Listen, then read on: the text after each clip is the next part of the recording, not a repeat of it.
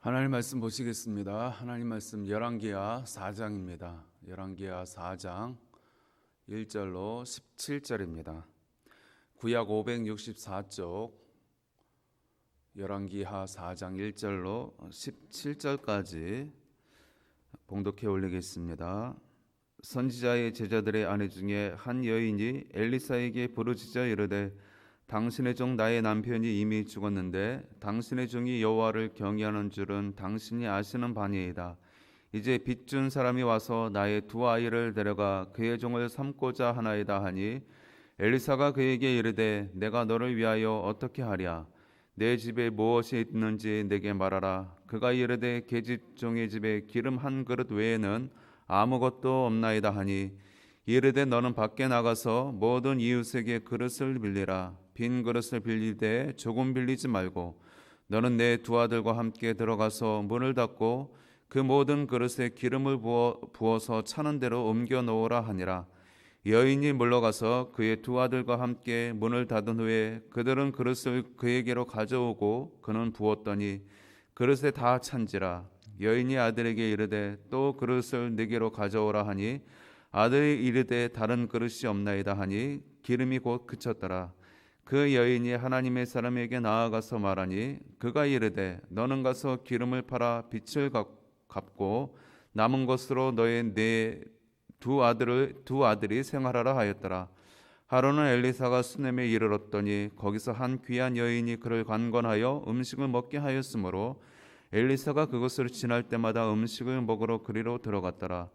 여인이 그의 남편에게 이르되 항상 우리를 지나가는 이 사람은 하나님의 거룩한 사람인 줄을 내가 아노니 청하건대 우리가 그를 위하여 작은 방을 담 위에 만들고 침상과 책상과 의자와 촛대를 두사이다. 그가 우리에게 이르면 거기에 머물리이다 하였더라. 하루는 엘리사가 거기에 이르러 그 방에 들어가 누웠더니 자기 사환 게하시에게 이르되 이 수넴 여인을 불러오라 하니 곧 여인을 부르매 여인이 그 앞에 선지라. 엘리사가 자기 사원에게 이르되 너는 그에게 이르라. 내가 이같이 우리를 위하여 세심한 배려를 하는도다. 내가 너를 위하여 무엇을 하랴? 왕에게나 사령관에게 무슨 구할 것이 있느냐 하니 여인이 이르되 나는 내 백성 중에 거주하나이다 하니라. 엘리사가 이르되 그러면 그를 위하여 무엇을 하여야 할까 하니 게하시가 대답하되 참으로 이 여인은 아들이 없고 그 남편은 늙었나이다 하니 이르되 다시 부르라 하여 부르매 여인이 문에 서니라. 엘리사가 이르되 한 해가 지나 이때쯤 네가 아들을 안으리라 하니 여인이 이르되 아니로소이다. 내 주 하나님의 사람이요 당신의 계집종을 속이지 마옵소서 하니라.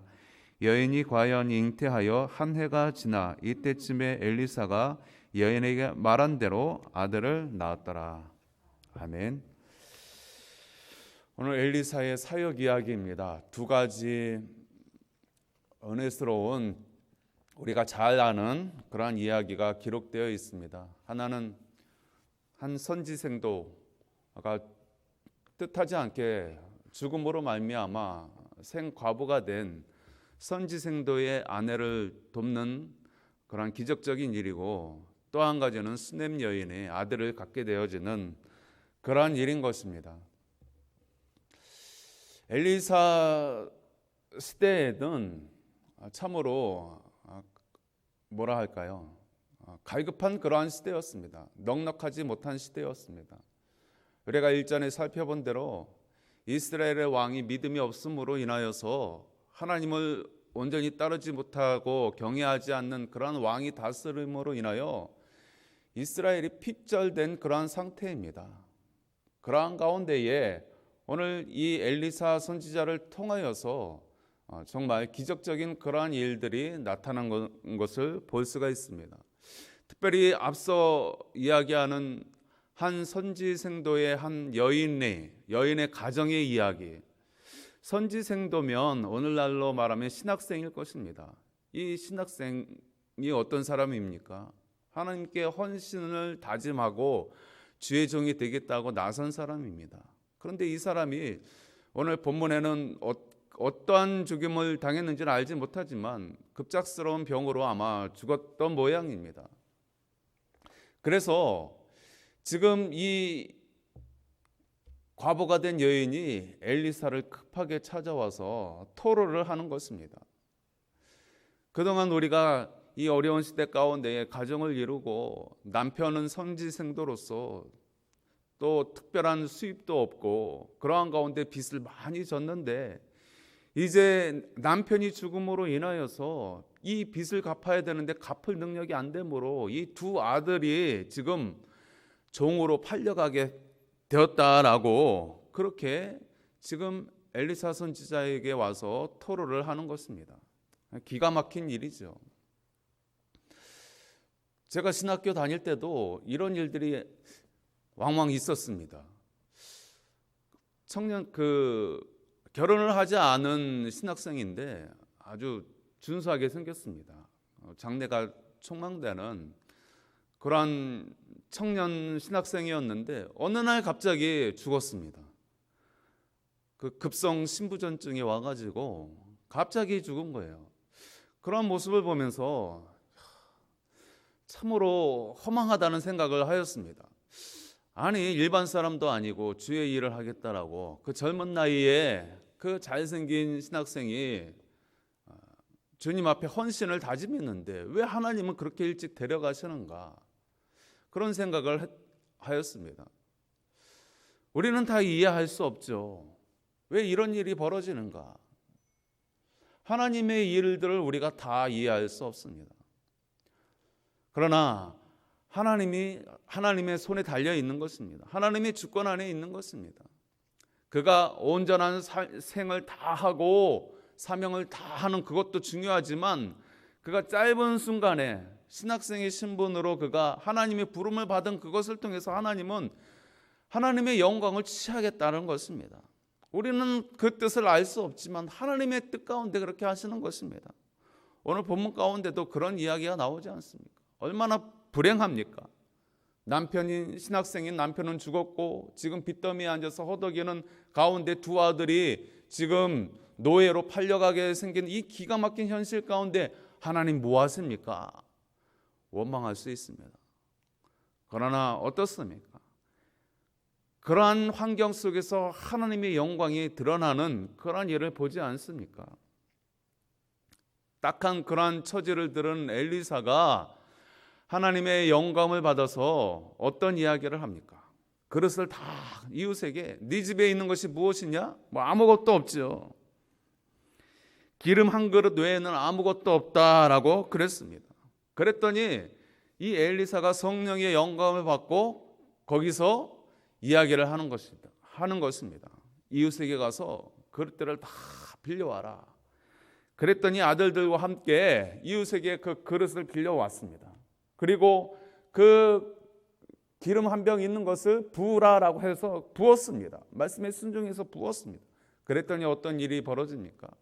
붓는 족족 다 채워지는 것입니다. 얼마나 놀라운 일입니까? 오늘날도 이런 역사가 있다면, 똑같은 역사가 있다면 정말 좋을 것 같습니다. 그러나 오늘날에도 있죠. 기름병이 채워지는 역사는 얼마든지 있습니다. 우리 가운데 있습니다. 그것을 가져다가 팔아서 빚을 갚고 네 두 아들과 생활하라고 이 엘리사가 당부하는 이 일 가운데에 하나님의 놀라운 영광이 드러났던 것입니다. 비록 남편은 먼저 갔지만 그리고 두 아들이 노예의 신분으로 팔려가게 되었던 그러한 딱한 사정이 있었지만 오늘 주의 종 엘리사를 만남으로 인하여 또 그를 통하여서 이 성령의 역사 가운데에 기름병들이 채워짐으로 인하여서 하나님의 놀라운 은혜를 맛보게 되어진 것입니다. 오늘날도 이러한 이야기들은 많이 있습니다. 알게 모르게 많이 있습니다. 그러한 일들을 우리가 체험해 보지 못했습니까? 크고 작든지 간에 우리는 체험하고 있고 그런 체험 속에 살아가고 있습니다. 문제는 무엇입니까? 우리의 믿음이 문제인 것이죠. 우리가 믿음이 연약해서 입을 벌리지 않으면 하나님이 역사할 수가 없는 것입니다. 믿음의 입을 크게 열면 하나님이 크게 담아주시는 것이고 믿음의 입을 작게 열면 하나님이 작게 담아줄 수밖에 없는 것입니다. 이러한 놀라운 믿음의 이야기, 간증거리들이 많은 성도들이 있는 반면에 그렇지 못한 성도들도 있습니다. 무슨 문제입니까? 믿음의 문제인 것입니다. 내 입을 크게 열라 내가 채우리라 말씀하신 우리 주님께서 말씀하신 그 믿음이 믿음의 분량이 얼마냐에 따라서 우리는 얼마든지 그 믿음의 놀라운 기적적인 일들을 하나님의 영광을 보고 살 수도 있고 또 그렇지 못할 수도 있는 것입니다. 오늘 이 이야기 가운데에 그릇을 빌려온 만큼 체험을 받았습니다. 그들이 입을 연 만큼 기름병이 채워지는 역사를 받았습니다. 내 입을 크게 열라라는 것은 말씀을 받았을 때에 그 은혜의 입을 크게 믿음의 문을 활짝 열면 그만큼 하나님이 채워주신다라는 것입니다. 그러한 역사가 우리 가운데도 있기를 원합니다. 특별히 오늘 이 선지생도의 과부가 중요한 것은 무엇입니까? 그냥 주저앉아 있지 않았다라는 것입니다. 자기 신세 한탄만 하고 그렇게 주저앉아 있지 아니하고 엘리사 선지자를 찾아갔습니다. 그것이 중요한 것입니다. 그리고 두 번째는 무엇입니까? 오늘 말씀에 있는 대로 엘리사에게 부르짖었다라고 했습니다. 주의 종에게 지금 하나님의 대사인 이 엘리사에게 부르짖었다라고 했습니다. 호소를 한 것입니다. 하나님을 찾고 하나님께 부르짖을 때에 그리고 믿음의 입을 크게 열 때에 기적이 일어나는 것입니다. 은혜가 나타나는 것입니다. 간증거리가 생기는 줄 믿습니다. 이런 은혜가 우리 가운데 있기를 소망합니다. 두 번째는 수넴 여인에 관한 이야기입니다. 수넴 여인에 관한 이야기. 하루는 이 엘리사 선지자가 수넴이라는 지역에 갔습니다. 그런데 여기에 아주 귀한 한 여인을 만나게 되어집니다. 주의 종을 사모하고 또 하나님을 경외하는 그런 믿음의 한 여인을 만나게 되어지는데요. 4장 8절 말씀을 다시 한번 보겠습니다. 하루는 엘리사가 수넴에 이르렀더니 거기에 한 귀한 여인이 그를 관건하여 음식을 먹게 하였으므로 엘리사가 그곳을 지날 때마다 음식을 먹으러 그리로 들어갔더라. 이 수넴 여인은 하나님을 경외하는 여인이었습니다. 그리고 이 엘리사가 하나님의 거룩한 하나님의 사람인 것을 알고 그가 그곳에 지나갈 때마다 음식을 대접하고 또 특별히 중요한 것은 무엇입니까? 그를 위하여 작은 방을 하나 또 남편의 허락을 받고 마련하였다라는 것입니다. 9절 10절에 여인이 그의 남편에게 이르되 항상 우리를 지나가는 이 사람은 하나님의 거룩한 사람인 줄을 내가 아노니 청하건대 우리가 그를 위하여 작은 방을 담 위에 만들고 침상과 책상과 의자와 촛대를 두사이다. 그가 우리에게 이르면 거기에 머물리이다 하였더라.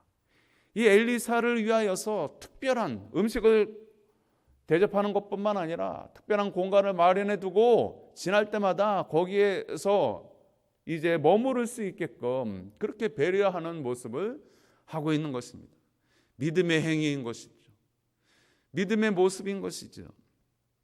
그래서 이 엘리사 선지자가 감복을 받았습니다. 야, 정말 귀한 여인이다. 믿음의 여인이구나. 내가 저 여인에게 뭔가 하나 좀 해줬으면 좋겠는데 그런 마음의 감동이 온 것입니다.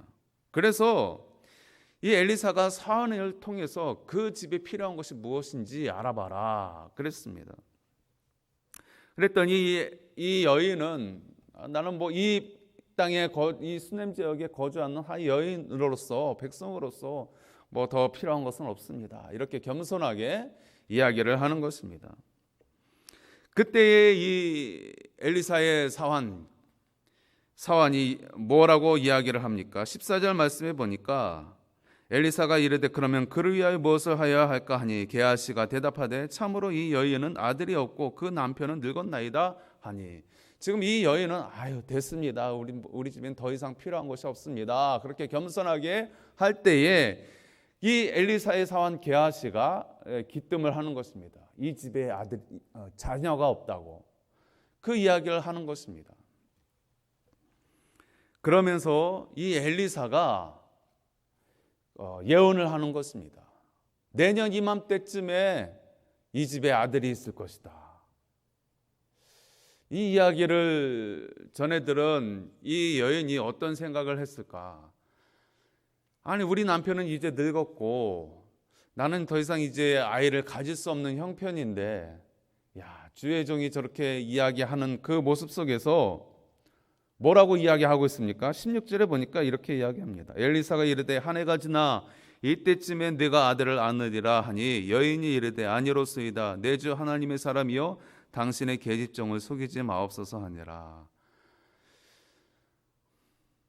주의 종이 내년 이맘때쯤 네가 아들을 안고 있으리라 라고 할 때에 웃은 것이죠. 어떻게 내가 아들을 안을 수 있겠습니까? 계집종을 속이지 마옵소서, 이렇게 이야기를 합니다. 마치 아브라함 시대 때에 사라가 주의 천사가 나타나서 너에게 아들이 있으리라 이야기할 때 사라가 웃었다라고 하지 않습니까? 그것처럼 이 수넴 여인이 지금 주의 종을 극진히 잘 대접함으로 인하여서 지금 엘리사를 통하여서 이 아들 소식을 듣게 되었는데, 이게 너무 자연 법칙으로 맞지 않는 것이죠. 남편은 이미 늙었고 자신도 이제 아들을 낳을 수 있는 능력이 없는데 아들을 안을 것이다 라고 하니까 지금 계집종을 속이지 마옵소서, 그렇게 마치 사라의 웃음처럼 그런 실수를 하고 있는 것입니다. 그러나 어떻습니까? 오늘 말씀 이후에 있는 대로 이 여인은 한 해가 지난 다음에 아들을 얻게 되어주는 놀라운 은혜가 임한 것입니다. 주의 종을 하나님 대접하듯이 그렇게 했더니 하나님의 은혜가 그 가정에 임함으로 인하여서 아들이 생긴 것입니다. 기적이지요. 이러한 것을 그야말로 은혜라고 할 것입니다. 이러한 은혜의 이야기들은 우리가 잘 알 뿐만 아니라 또 이런 은혜 이야기들은 우리 기독교 2000년사 가운데에 계속해서 이어지고 있습니다. 그냥 무슨 옛날 전설 이야기가 아니라 오늘날도 주님의 이러한 은혜의 이야기는 계속해서 나타나고 있습니다.